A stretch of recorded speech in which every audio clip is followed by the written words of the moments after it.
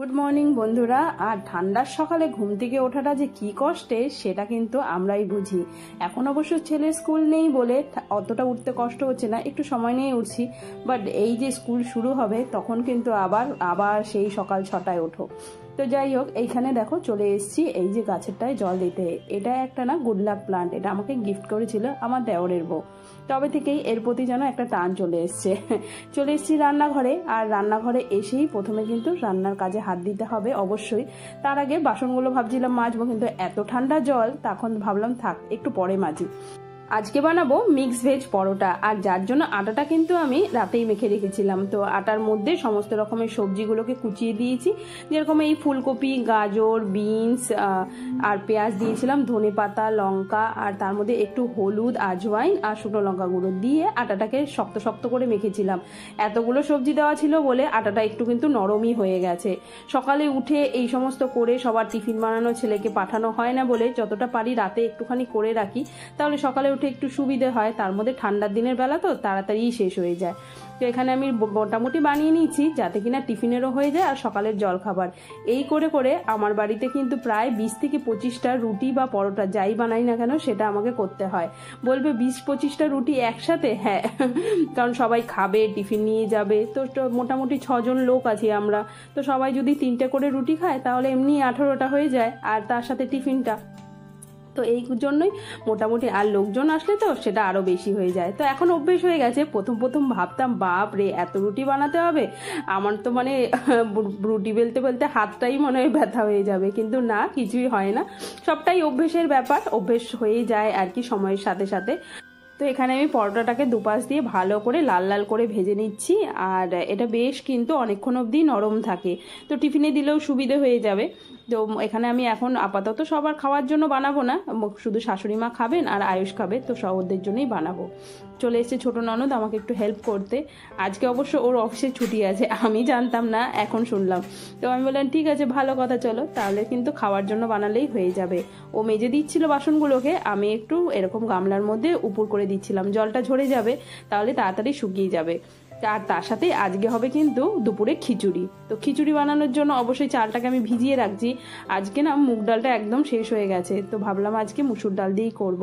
চলে এসেছি আমার কাজে একটুখানি ভয়েস ওভার দিতে। তার সাথেই ছেলেকে পাঠিয়েছি পড়তে, ওখানে ওইদিকে ও পড়ছিল, ওর বাবা অবশ্য ওকে দেখছিল। না দেখলে এক জায়গায় বসে পড়বে, সে তেমন ছেলে নয়। ওর দিয়েছি স্কুল থেকে প্রজেক্ট, তাও অনেকগুলো, তার জন্য ওই ফোনটা দিয়েছি। ঠিক আছে চলো, ফোনের হেল্প নিয়েই প্রজেক্টটা কমপ্লিট করো কমসে কম। বাইরে কিন্তু বেশ একটা রোদ উঠেছে, আর এরকম রোদে বসতে বেশ ভালো লাগে, কিন্তু এখন আর সময়ই পাই না। কাজ করে করে সময়টা কখন চলে যায় বুঝতেই পারি না। হিন্দি প্রজেক্ট করতে গিয়ে ওর অবস্থা মানে চোখের জলে নাকের জলে এক আর কি, খুঁজেই পাচ্ছে না। যাই হোক, তো মাঝে মাঝে একটু রেস্টও করে নিচ্ছে। সত্যি কথাই, মানে এখন একটু বড় হয়েছে বলে এই জিনিসগুলো থেকে একটু রেহাই, না হলে প্রত্যেকটা জিনিস হাতে করে করানো সত্যি কষ্টের।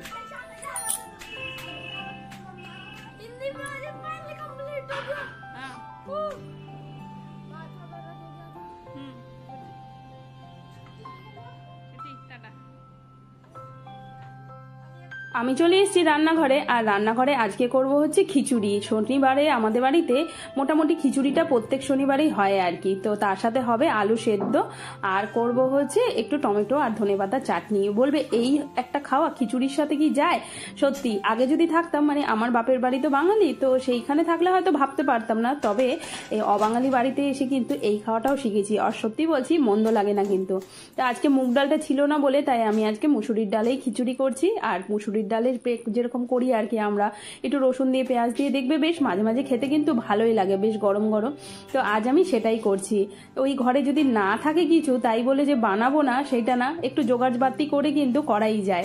তো সেই আর কি, আমিও আজকে সেটাই করছি। আর এই খিচুড়ির টেস্টটা কিন্তু আমরা যেরকম নর্মালি খিচুড়ি খাই তার থেকে একদমই আলাদা, আর যার জন্য কিন্তু একটু টেস্টটাও বদল হয়।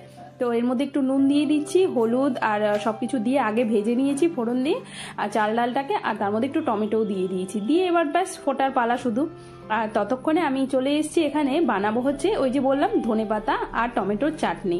তো এর সাথে কিন্তু ধনেপাতা টমেটো চাটনিটা বেশ ভালো লাগে, আর ঠান্ডার দিনে ধনেপাতার চাটনি আমার মনে হয় প্রত্যেকটা ঘরেই ভালো লাগে, মানে প্রত্যেকটা ঘরেই তৈরি হয় আর কি। তা আজকে যেটা করব সেটাই টমেটোটাকে পুড়িয়ে, বলতে পারো হ্যাঁ অবাঙালিদের এটা একটা খুবই ফেমাস খাওয়া আর কি, যেটা নাকি এই টমেটো পোড়ার চাটনি। তো আমার শ্বশুরবাড়িতে তো হয়ই, আর আমার তো খুবই ভালো লাগে। আমি না খাওয়া দাওয়াটাকে আমার মনে হয় কোনো বাঙালি অবাঙালি বলে না, খাওয়াটা নিজের পছন্দের। আর অনেক বাঙালিরাই আছে যারা মাছ খেতে পছন্দ করে না, আবার নিরামিষ খেতে পছন্দ করেন। অনেক অবাঙালিরা আছে যারা নাকি মাছ খেতে পছন্দ করেন। তাহলে খাওয়াটা কি কোনো মানে জাতে বা ধর্মে পড়ে না? খাওয়াটা সম্পূর্ণ নিজের কাছে। আমি ছোটোবেলা থেকে মাছ খেতে অত পছন্দ করি না, নর্মালি ভেজ খেতেই পছন্দ করি। আর এইখানে আসার পরে তো আরও অভ্যেসটা মনে হয় আরও হয়ে গেছে, মানে বদলে গেছে আর কি। তো এখানে আমি টমেটোটা পোড়া দিয়ে দিয়েছি, আর ততক্ষণে এখানে দেখো আলুগুলো আমার সেদ্ধ হয়ে গেছে। আলু নতুন আলু তো, তাই খোসাগুলো সম্পূর্ণটা বলবে ছাড়াইনি, হ্যাঁ সম্পূর্ণটা ছাড়াইনি, একটু একটু থাকলে পরে খারাপ লাগে না। কিন্তু আগে তো মাকে দেখতাম তাড়াহুড়ো করে ওই আলুর খোসা শুদ্ধই আর কি সেদ্ধ মেখে দিত, আর আমরা খেতে বসে সেই সেদ্ধকে ছাড়িয়ে ছাড়িয়ে খেতাম আর কি। তো এখানে আলু সেদ্ধটা মাখবো আর কি, গরম গরম আলু সেদ্ধ আর গরম ধোয়া ওঠা ঘি আর ভাত, সত্যি এই খাওয়াটাও কিন্তু আমার অপূর্ব লাগে। তো আজকে তো আর সেটা হচ্ছে না, আজকে এটাকে মাখবো হচ্ছে এই যে কাঁচা লঙ্কা আর পেঁয়াজ আর সর্ষের তেল দিয়ে, ব্যাস একটা সিম্পল খাওয়া, কিন্তু তার কিন্তু কোনো তুলনা নেই। তো এখানে টমেটোটা মোটামুটি পোড়া হয়ে গেছে। হ্যাঁ, খাওয়া নিয়ে যেটা বলছিলাম, এখানে আসার পরে কিন্তু আমি এরকম অনেক খাওয়াই নতুন খাওয়া শিখেছি, যেরকম বলতে পারো ইডলি, সাম্বার, তার সাথে আমার শাশুড়ি মা অনেক ধরনের সবজি আর কি বানান আর কি, যেটা অবাঙালি বাড়িতে আর কি হয়। তো সেরকম টাইপের সবজি অনেক খেয়েছি, তো বেশ সেগুলোও কিন্তু আমি খুব এনজয় করি। তা কখনো যদি হয় নিশ্চয়ই তোমাদের সাথে শেয়ার করবো। হ্যাঁ, তবে আমার ওই চ্যানেলে আমি অনেক খাওয়াই কিন্তু শেয়ার করেছি, যেটা আমার শাশুড়ি মা আমাকে শিখিয়েছেন আর কি। তো তার সাথে আমি মিলিয়ে গুছিয়ে কখনো ওই বাড়ির খাওয়া, কখনো এই বাড়ির খাওয়া, মিলিয়ে গুছিয়ে দু তরফের খাওয়াই আর কি বানাই। তো তাই জন্যই আমার কিন্তু অসুবিধা হয় না। তাই এখানে দেখো ধনেপাতা দিয়ে দিয়েছি, ধনেপাতা দেইনি সরি, পেঁয়াজ, কাঁচা লঙ্কা আর হচ্ছে আলু আর কি, আর তেল, ব্যাস দিয়ে এটাকে মেখে নিচ্ছি। ধনেপাতাটা দেইনি কারণ কি, যতটুকু ধনেপাতা আছে সেটা কিন্তু ওই চাটনিতেই দিতে হবে, তো ওখানে আবার কম হয়ে যাবে, নয়তো ধনেপাতাও দিতাম আর কি। তো এটা হয়ে গেছে রেডি। এবার এই যে টমেটোটা খোসাটা ছাড়িয়ে নিচ্ছি, আর টমেটো খোসাটা ছাড়িয়ে এটাকে মিক্সিতে দিয়ে দেবো। আগে তো এটাকে নোড়াতে পিসতো, আমি তো আর নোড়াতে এখন পেশার সময়ও নেই, আর সত্যি কথা বলতে নোড়াতে পিসতে গেলে না অনেক মানে ঝামেলা হয়ে যায়। তো শুকনো মশলাটা তাও আমি বেটে নিই, কিন্তু এই যে মানে এই যেরকম জলজলা মশলা আর কি যেটা, সেইটা মিক্সিতেই হয় ভালো। তো তাতে কাঁচা লঙ্কা দিয়ে দিলাম, দুটো রসুন কুচি দিয়েছি, আর এখানে দিচ্ছি একটুখানি আদার টুকরো। এই সবটা দিয়ে করবে, দেখবে বেশ কিন্তু ঠান্ডার দিনে খেতে ভালো লাগে। আর এটা আমি বলবো গরম ভাত ডালের সাথেও কিন্তু এই চাটনিটা বেশ লাগে খেতে। তো ব্যাস একটু নুন দিয়ে এটাকে শুধু ঘুরিয়ে নেওয়ার পালা। আমার বাড়িতে বাবাও না এরকম টমেটো পোড়া চাটনি খেতে খুব ভালোবাসতো। তো মাঝে মাঝে যখন নাকি আমি এরকম টমেটো বাবা বেশি আনতো, তখন আমি এরকম চাটনি বানাতাম আর কি, পোড়াতাম না, কেটেই করতাম আর কি, কেটে হাত দিয়ে একটু কচলে তারপরে তার মধ্যে ওই নুন, ধনেপাতা, লঙ্কা দিয়ে তারপরে বানাতাম। বাবা কিন্তু সেই খেত, আর বাবার সাথে সাথে আমিও খেতাম।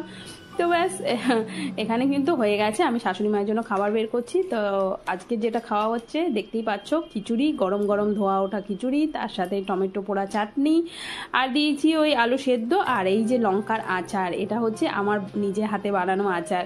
এই আচারটা যে কি ভালো হয়েছিল না, শেষ হয়ে গেছে, আবার বানাতে হবে। যাই হোক, এখানে না ছেলে খাবে, আবার ওর জন্য আলাদা করে একটা পোচ করে দিচ্ছি। আমরা মোটামুটি শনিবারটা নিরামিষই খাই, চেষ্টা করি, আর কিন্তু তবে ওর তো আর হয় না, ও আবার চাটনিও খেতে পারবে না কারণ ঝাল আছে তাতে। তো তার জন্য এই একটা ডিমের পোচ করে দিচ্ছি। আর কড়াইটা বের করে নিই, এই যে ফোড়ন দেওয়ার যে বাটিটা আছে এর মধ্যেই বানিয়ে দিচ্ছি। অনেক সময় এটার মধ্যে ভালোই হয়, আজকে কি জানি কি যেন হয়েছে, অত ভালো করে উঠলো না, নয়তো কিন্তু বেশ একদম মানে দেওয়ার সাথে সাথে সুন্দর করে ভাজা উঠে যায় আর কি। তো যাই হোক, যেমন তেমন করে আর কি করেই দিলাম। তো এই হয়ে গেছে আজকে শনিবারের খাওয়া দাওয়া। তো আশা করি তোমাদের আমার ভিডিওগুলো ভালো লাগবে, আর যদি ভালো লাগে তাহলে নিশ্চয়ই আমাকে একটা কমেন্ট করো। আজকের জন্য কিন্তু এখানেই রাখছি, আবার একটা নতুন বছরে দেখা হবে। এটা নতুন বছরের শেষের দিনের ভিডিও, আর আরেকটা নতুন বছর আসছে, বুঝতেই পারছো। বছর যখন যায় তখন কিন্তু একটা অভিজ্ঞতা দিয়ে যায়, আর নতুন দিন যখন আসে তখন কিন্তু আরেকটা নতুন আশা নিয়ে আসে। তো আমিও আশা করছি এই বছরে তোমাদের অনেক অনেক ভালোবাসা পাবো। আজকের জন্য এখানেই, চলো টাটা।